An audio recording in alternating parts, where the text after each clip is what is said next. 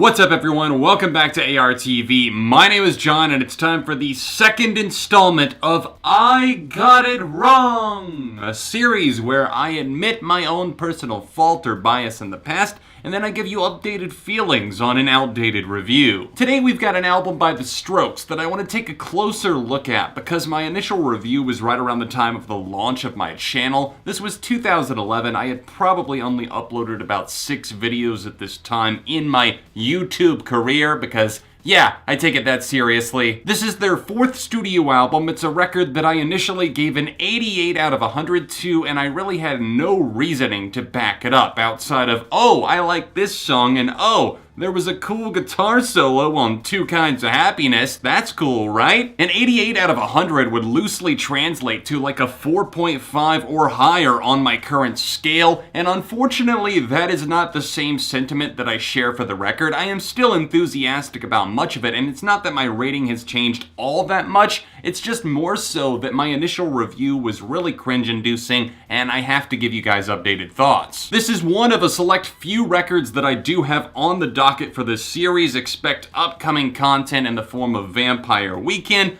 Gorillaz, and perhaps Justin Bieber. It's gonna be an interesting series for sure, so if you haven't already, make sure to subscribe and drop a like on the video today. Let's get right into this. The Strokes announced their new album Angles from March of 2011, marking nearly a 5-year gap in between records. 2006's album First Impressions of Earth was actually my introduction to the band. Yeah, I was that guy. And I heard songs like Juicebox and I was hooked instantaneously, but this is one of those records that I don't see as being one of their best at this point just because I heard it first. In fact, I hold many of their other records in much higher regard. But Angles was announced and I was extremely excited. I, in a way, do miss the naivety that I approached the record with and just music in general at that time. I didn't have the preconceived notions, I didn't necessarily have a ton of things to compare it to, but I was having fun, and I wasn't this cynical son of a bitch that I can be now. The recording process for Angles was extremely weird, tensions were high within the band, there had been a long gap in between records, and it still doesn't feel like they were quite ready to come back, which is why it's so surprising that Angles is actually as good as it is. It has a lot of expansive ideas, but in a way it also returns to some of their more early explorations and roots. Albert Hammond Jr., the rhythm guitarist, was actually going through rehab at this time,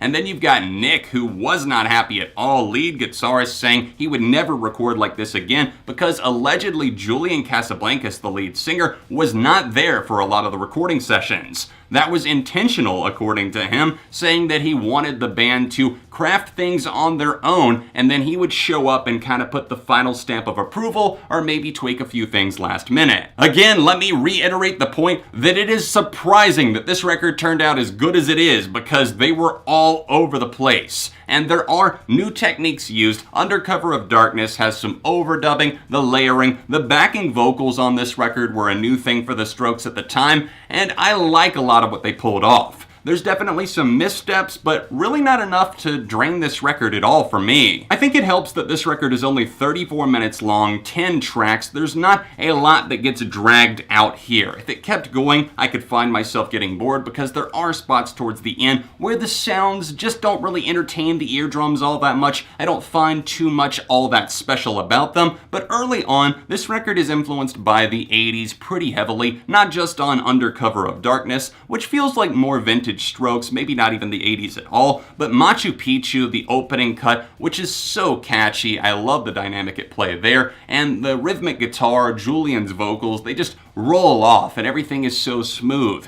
And then you also have the definitely 80s dip track Two Kinds of Happiness, where that guitar solo really pops off. It shredded back in 2011 and it still shreds today. The sound starts to get a bit inconsistent with track number 4, You're So Right, which is dark. It features a little bit more of a hazy performance from the guitars and obviously Julian Casablancas. You probably know that on much of his material that he puts out there, his vocals are kind of low in the mix, and it can get a bit confusing on a track like that, and then it moves into Taken for a Fool, which I do feel is one of the best songs on the record. That smooth guitar, that great chorus that really does grab you. There's just this juxtaposition between guitar, drum, and bass. It felt like everybody was in sync, at least for a moment. Even though this record lacks consistency in places, I do think that the ideas that they had were worthwhile. They were playing off of different energies and auras, and they were able to translate them into either good or at times great tracks. The songwriting felt fresh, and Julian's voice felt recharged after the 2006 misstep in some ways first impressions of Earth. Again, there were great tracks on there, but I just wasn't sold on it overall.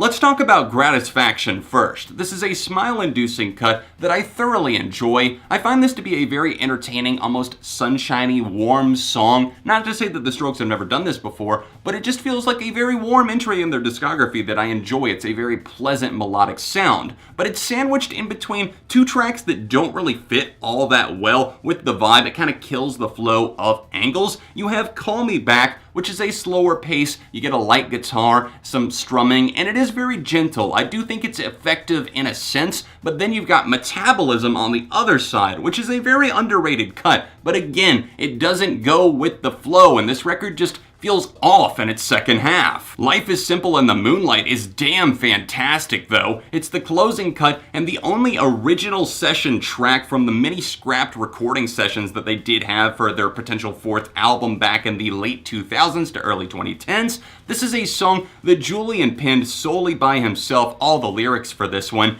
and it's something that builds into something so special. I hear those early elements and you hear the light guitar, Julian's voice, but once all of the other band members start to click and fire, you realize that this is probably one of the best songs that the Strokes have made to date. Many of my initial sentiments had good intentions, but I really just wasn't all the way there in terms of describing the feelings that I was having towards the music. I love so many of the songs still. The first half of this record really is the strongest point, but of course the closing track that I mentioned, Life is Simple in the Moonlight, the opener, Machu Picchu, Under Cover of Darkness is legendary status now, and then you've got others that I still come back to a whole lot, Taken for a Fool, and even Gratisfaction, like I mentioned. It's a simple but complex record. That's really the best way that I can describe it. I do hope that you'll revisit it if you haven't heard it in a while, and I hope that you enjoyed this episode of I Got It Wrong today. Make sure to stay tuned because I do have other episodes planned. I'm trying to release about one per month, so make sure you subscribe so you don't miss out on those. Hey, while you're here, don't forget to drop a like on the video and subscribe to the channel while you're at it because you don't want to miss out on future episodes of this and all of the other music-related content coming down the pipe. Other than that, you can see the first episode of I Got It Wrong right here, or another recent album review I posted to the channel right over here. Socials in the description, and I'll see you soon for more on ARTV.